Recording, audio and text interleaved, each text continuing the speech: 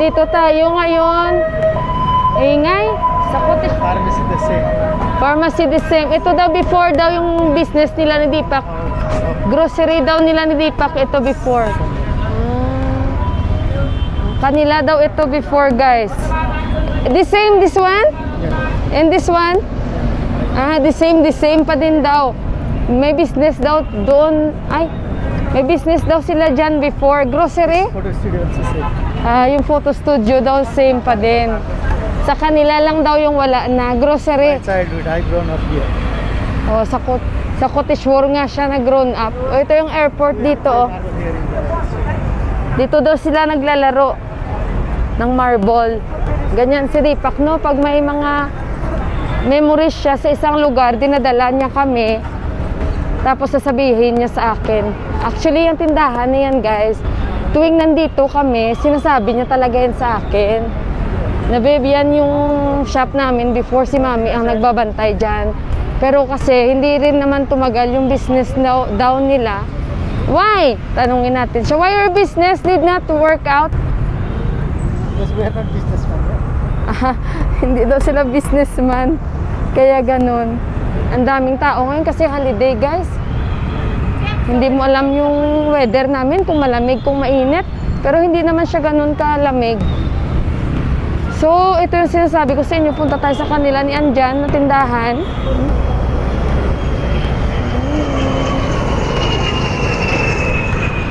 Malapit kami sa airport, ano?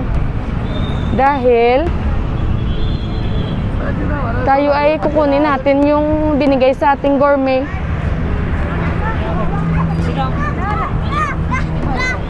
Bali, nung una kong punta dito sa Nepal, guys, ito yung lugar na una kong tinirhan kay Kanchi Didi. Sa kay Kanchi Didi. Tingnan natin kung makakapunta tayo kay Kanchi Didi na bahay. Kasi malapit lang dito eh. Matagal-tagal din ako hindi nakapunta kay Kanchi Didi na bahay. Sabihan, kung nga si Deepak daan kami kay Kanchi Didi. Kasi hindi kami dyan napapasyal eh. Marami rin mga shops dito. Nakapunta na tayo dito ah. Andito yung gold shop ni Ama. Kasi nga may mga gold shop dito. Daming shops dito. Cotteshore ito, guys. Malapit sa airport. Ito yung parang naging ano ko, bahay ko noon. Bago yung pangalawa sa kanila ni Baujo nung nanganak na ako. I hope you can visit Kanchi Didi. Where is she? Ay! Wala pala si Kanchi Didi. Hindi na siya nakatira dyan. She's staying with Suda Baujo, yeah? Ay, nandun pala siya sa ano. Sa naalala niyo yung may pinuntahan tayong bahay na maganda na bago? Andun siya sa kanyang ano, daughter-in-law. So maraming tindahan dito. Tingnan nyo, hindi ako nakatupi. Kinuha namin ni Johan. Pero magtutupi kami kasi medyo malamig dito. Kada area, iba-iba yung temperature ng weather ba. Pero mas malamig sa area namin, guys. Mas malamig talaga sa amin. So ito na, guys, yung kanyang ano, no, kanilang tindahan. Kanilang shops. Ang ganda naman ito, oh. Yan. Pasok tayo dito. Saan, ah? Ah, dalawa yung shop nila eh. Sa kabila yung isa. Sana si Juan tsaka si Deepak? Ang bilis naman nilang mawala. Sana sila? Oh my God. Iniwanan na ako ng dalawa. Nawala sila bigla.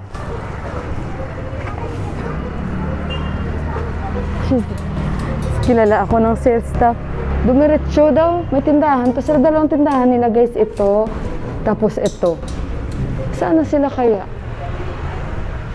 Dumiretso. May shop pa ba sila ulit dito? Salon ito eh. Ah, may office pala si Anjan dito. Namaste. That's why I'm wondering, where is my husband and my son? Wow, you have your own office na, Arbab. Boss, ang asawa niya wala dito. Parang may mga stocks dito si Anjan. Sila yung may-ari nito, guys. Aba, may salon pala dito. Ngayon ko lang nalaman. Yan oh, may salon oh. I'm looking for salon and they have here. Where is Babu and Babu and Susma is inside. what they did there? They have some prayers there. Oh, kasi pudya ngayon. 1600. Guys, dito kami guys. Kain muna kami guys oh. Kasama namin si Anjan. At si Dipa, kami ni Johan. Dito kami sa tindahan nila. Ayan. Anjan, before you work in Singapore, yeah? IBM? Yeah. And Apple.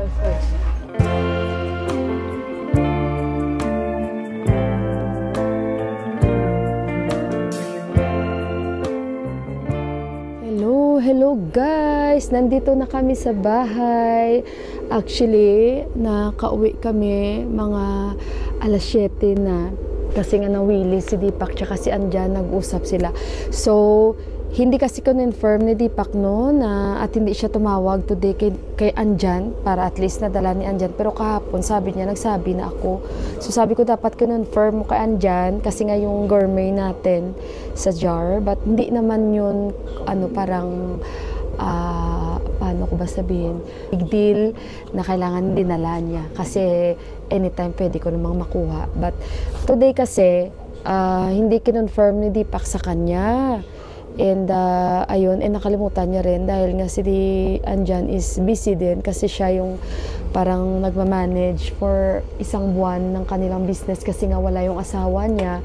Kasi since sineselebrate nila itong ano bang pangalan ng na ito guys, ng kanilang festival, nakalimutan ko tuloy. Teka lang, hanapin ko muna guys no, pag hindi ko alam, pag may mga pudya sa school ako ng page ni Johan, nag-check ko ano ang pangalan ng pudya. So Saraswati Puja.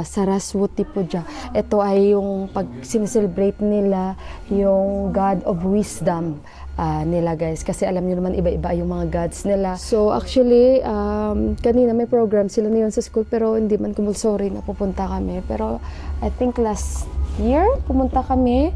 Pero wala lang, parang punta ka lang doon tapos may kain-kain after mag-attend ng pudya, yung ganun. So hindi naman compulsory na talagang pupunta kami And then, yun na nga, hindi nadala ni Anjan yung gourmet natin. Pero okay lang yun, hindi naman siya big deal. And ihatid na lang daw niya dito. So si Anjan, BFF din yan ni Deepak since parang bata-bata pa sila, wala pa sila mga asawa. Talagang na sila, magkaibigan na talaga sila BFF. Kasi hindi lang naman isa yung mga ka-close ni Deepak. So like sa kanila ni Pasanbay, parang recently na lang yan yung talagang na sila. Sa photography na. Pero yung mga kaibigan talaga ni Deepak is yan yung mga ganyan guys, sila ni Anjan. So ngayon ang ginagawa ko, nagre-refill ako ng yutanpo ko guys. Ganito ako every night pag winter. Ayun, at ako ay maghahanda na para makapag-relax ng mas maaga. At yung kinain namin kanina, pork sekwa yun. Yung parang nag-grill, yun. At saka boneless na manok. Tapos yung pop rice. So, ayun guys. At usap-usap. I-refill ko lang ito. And then, magpahinga-hinga. Pasensya na kayo, medyo maingay. Nagpapakulo ako at saka nanonood sila. So, ayun. I-end ko na yung vlog ko. Again, thank you so much sa pagsama nyo sa akin.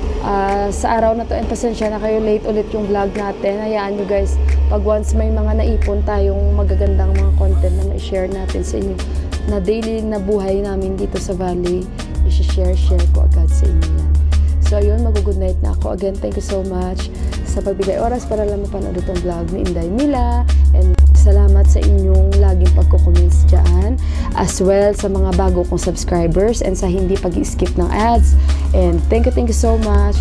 And lalong-lalo na po sa mga hindi pa po nakapag-subscribe, baka nakalimutan nyo, i-click nyo po lang button para ma-update po kayo sa tuwing may bago tayong upload. So good night everyone, God bless you all, and I love you. Bye guys!